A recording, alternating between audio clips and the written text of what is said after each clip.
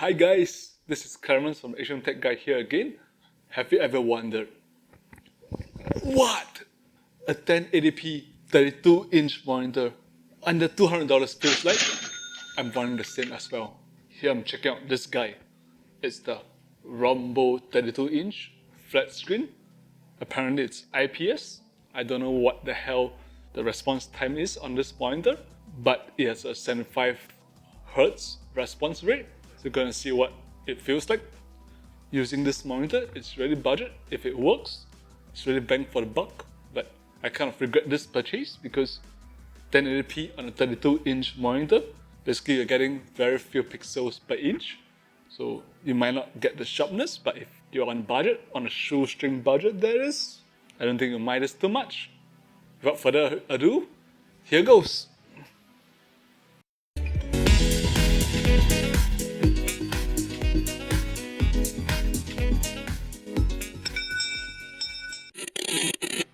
So the shipping company I got this from told me that for such a product, they're gonna charge me $50 to create some kind of protective wooden casing around this to protect it. Otherwise, it's prone to breakage. But I guess $200 monitor, $50, it just doesn't end up. Told them I'll take the risk anyway. Hey, so here goes. Right. Let's open this box up. Right, flip this around like so. Spin this up. Boom! Such a flat pack, cheap packaging, but it works in a pinch. Alright, so this guy comes with that power brick. I believe this HDMI cable. A simple monitor stand right here. Two-piece, the base and probably the stem, I guess. Some kind of instruction manual, we don't need that. And that holy grail, the monitor screen. It's still attached in its protective kind of shell. I guess we take this out partially. We're gonna sell this after we're done. I don't think I'll use this unless my wife says that she wants it. Here goes. Let's attach that monitor stand under this guy. There's no adjustment whatsoever, I believe. So this goes here, it screws down, this goes this way. I almost fucked up. Alright, by the way guys, I can see that this monitor has this Versa mouse right here. So you can mount this on something else if you don't like the standard or rather stock monitor stand. I'm having some trouble already. I can't find any screw to mount this on. Freaking hell, this seems to mount right here, but if we do this, we are still short of one screw right here. Ah, I think I see it. So that's nah. Okay, I see where we're coming. Let's put this on first. I have one really small screw right here. I don't think you can see it. It's so tiny. Oh! Screw this guy right on. Alright, perfect. Snap. And we attach that base. Maybe let's do some white light instead. I believe the base goes like this. Boom. It's a very simple stand. Totally no adjustment at all. If you're really seriously gaming or streaming, I would say put this on a stand. A Versa power monitor clamp. It's probably much more ergonomic and better for a neck in the long run. Alright, we're done installing this guy. There's our bad boy. First off, you can see that it's really not what I expected. It's supposed to be all black, but it has this red essence here. And then that stem is in red as well. I mean, it's good if you're trying to play to a black and red design choice. And first off, you notice that the screen that's really reflective. It's not very ideal if you're facing the sun, but if you're playing in a mostly dark environment, I would say that's still fine. Let's go through this monitor. The stand is really cheap. There's no rubber feet, so if you move it around like that, you just swivel around. But so this guy has no, we call it pen adjustment, but it has some tilt adjustment, like right here. You can tilt it down a little bit and up. It's pretty basic, and it's what I would think the bare minimum you'd want. Let's look at the back. So all the buttons, the power button and the controls are at the back. Ports wise, there's the power, We have one VGA and an all-important HDMI port. And that's about it. There's no 3.5mm or audio pass-through. Such a cheap and budget monitor. Let's just plug in all the ports. It's so cheap there's no cable management space, but we can always somehow use this hole right here. I guess that's a cable management thing that this guy has for it. Alright, power cable, and we'll use that included HDMI cable as well. Put it through here, like so. This thing really feels cheap. I hope it holds up somehow. Alright, now we prop this guy up. Boom! Oh, one hand. You know how like this guy is. I can do it like that. I'm not a particularly strong guy. Alright. It's a bit of a blemish on the monitor. Rather dust. You can't really see it. I'm talking about this guy right here. Small guy, let's dust it off. Alright, we're done. The test system I have right here is this guy, housed in an NR200 by Cooler Master. It's a modest in today's standards. Ryzen 9 3900X, paired for 2070 Super.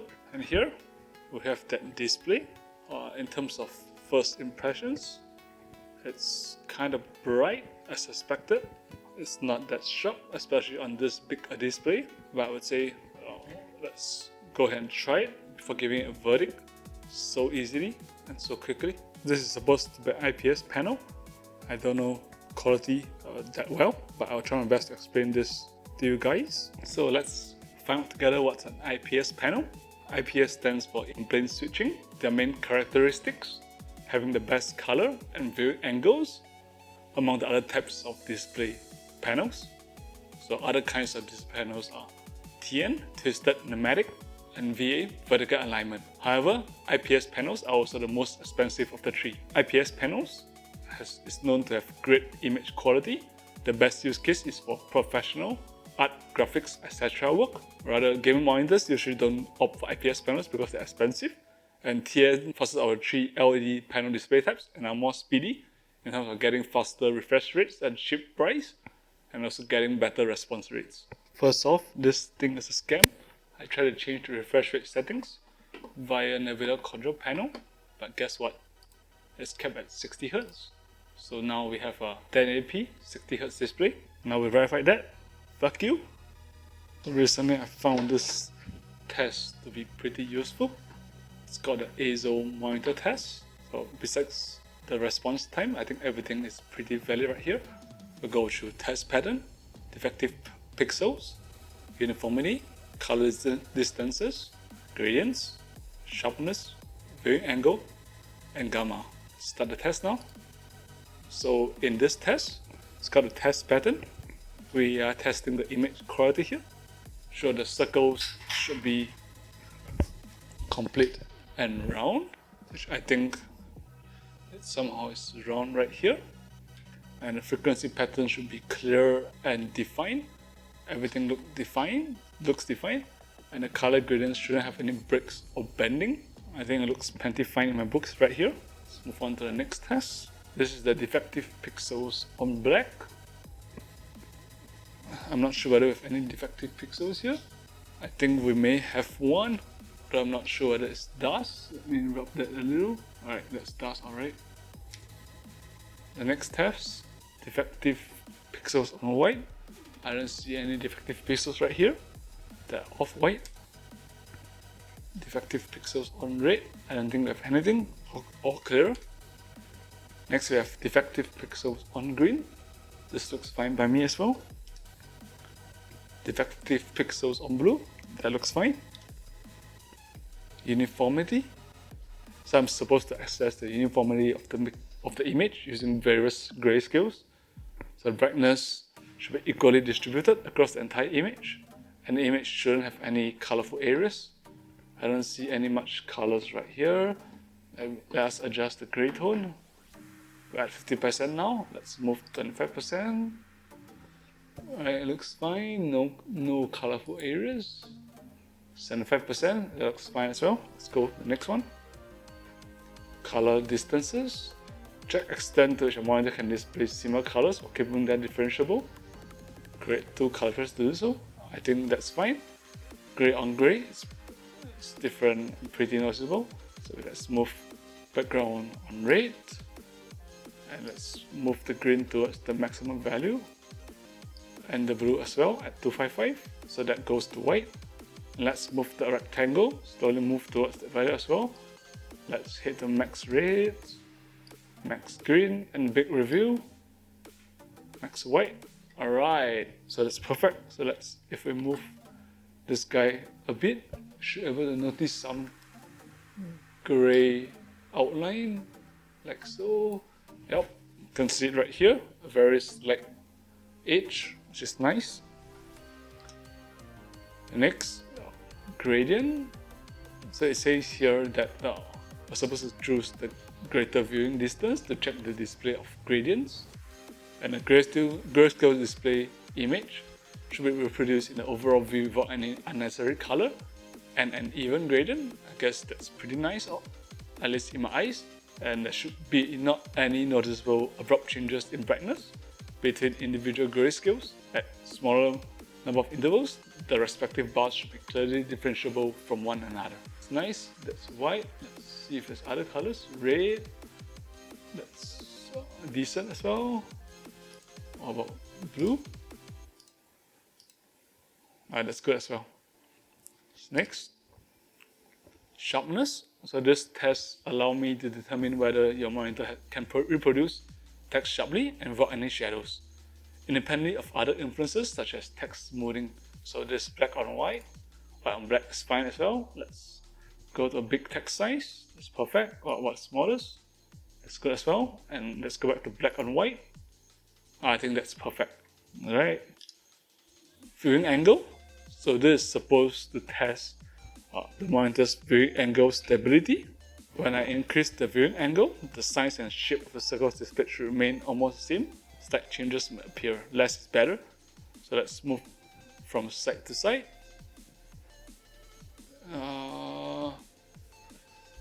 I guess this is, I'm moving at a real extreme, but more or less they're fine.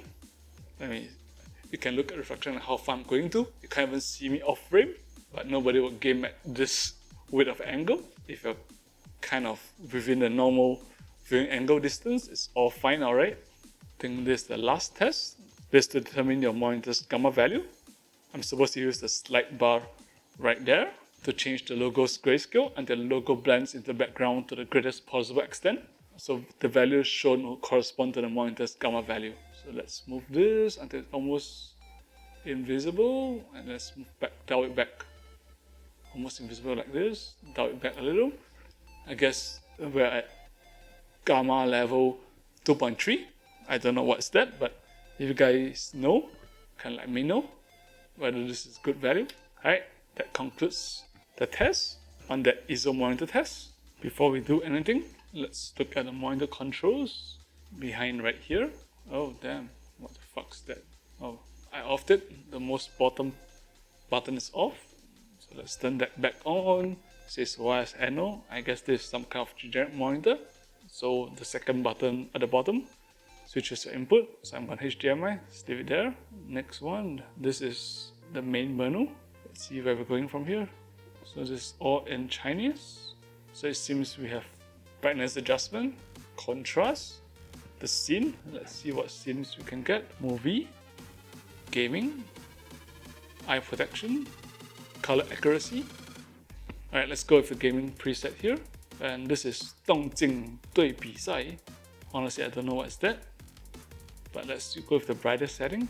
And this is all the keystoning adjustment, color adjustment, on-screen display. I guess it says where I can shift this on-screen display to.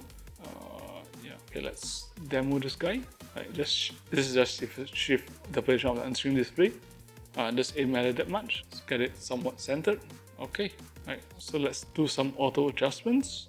And I think it seems to work. Alright, forget it. I think that's just about it. They don't have much settings. Okay, first off, I'm gonna test out some gaming. Before that, we're gonna make sure that we're on VSync right here. VSync on, and generally you like to leave this VSync on in your NVIDIA settings, and then for the game, you want to off that so your PC is processing at the maximum frame rate possible, while monitor syncs everything at 60 frames per second, so that reduces ghosting and makes for a much more pleasurable, smooth buttery experience. Well, at least our experience here, we want to cap it at 60 Hz because that's what this monitor is rather rated for, so that's what we're going to go with. Anyhow, I don't know why, but this game seems to be locked at 60 FPS from when max FPS is set on this game, but it looks plenty fine. I would like better visual fidelity, but I think that's what we can have at this point. Let's open this door. Alright, I'm supposed to head to the afterlife. Let's go.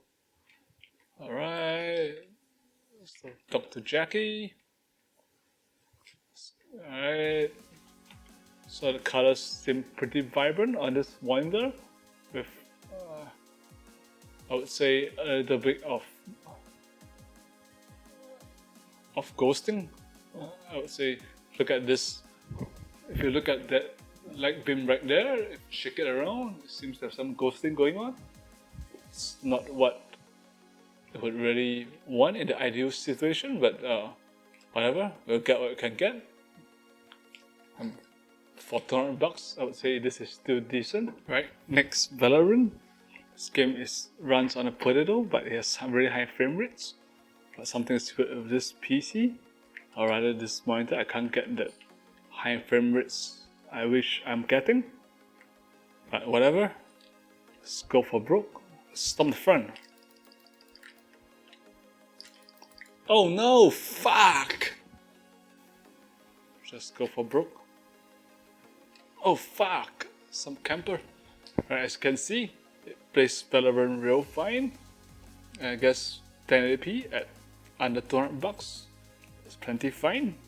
So guys, I forgot to say this monitor costs $165, but shipping to Singapore is another $30, so makes it $195. Just a bit shy of $200. Depending on the region, you just calculate 165. From China, I got this from Taobao Marketplace. Going to a region, you just add the shipping cost, and that's what you're gonna get. And don't opt for the $50 wooden protection. That doesn't make sense. You just take the risk for $200. At the most, you have a cracked display, and you pay someone to fix the screen, which makes it almost $300. That's not stage advice, but well, it's better than no advice. Alright, now in watching videos, I guess YouTube videos are the most common that people watch. The colors seem fine on this thing. There's no significant ghosting, at least in this quality. This quality is, that's 480p. Let's go to 1080p, which is what this monitor is rated at. That's decent, that's real decent, alright. It looks better than expected. It feels more like $300 than $200. I would highly recommend this monitor if you're on budget. Otherwise, if you're gonna get like high refresh rate monitors, you gotta pay a premium, at least $300-400, I would say. Perfect. Yeah, for the price, that's decent. Fuck yeah. And as for normal office use, for Excel, that's plenty fine. You have a whole lot of real estate space. You can do somewhat like Excel on this side, browsing on this side, and let's watch some YouTube videos. Alright, where's my cursor? So I'm gonna extend monitors here. Alright, let's go to YouTube. Alright, let's continue David Does tech stuff. Alright, that's plenty fine. I would say in terms of multitasking, what a wide screen would do better, because it gives you more, if you will, horizontal space, whereas this feels a bit compressed. But yeah, you could do so. You could make stuff smaller and see it, but it's a bit hard for these OIs. I mean, these OIs for the price. I would say this is not too much to ask for. I'll provide links to this monitor, Jonbo 1080p 32-inch monitor, 75Hz, but actually rated for 60Hz. In the description box down below. If you have anything you want me to test for this monitor, any questions, feel free to leave a comment down below. If you haven't subscribed, I appreciate if you do so. Leave a like if you didn't, and if you dislike this video, I would appreciate if you leave 2 dislikes. And as always, I love you guys. I would love to see you guys in the next one.